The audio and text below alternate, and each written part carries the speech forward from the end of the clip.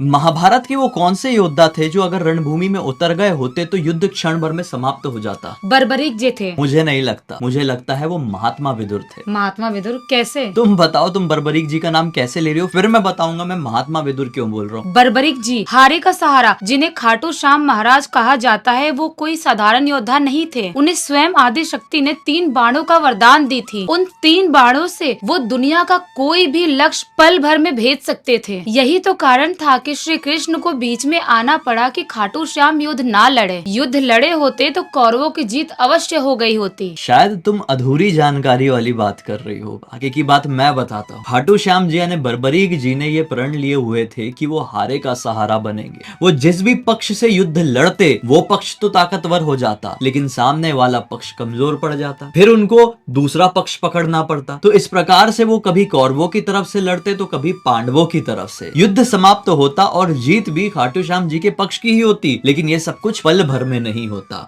अब मैं बताता हूँ विदुर जी क्यों बोल रहा था।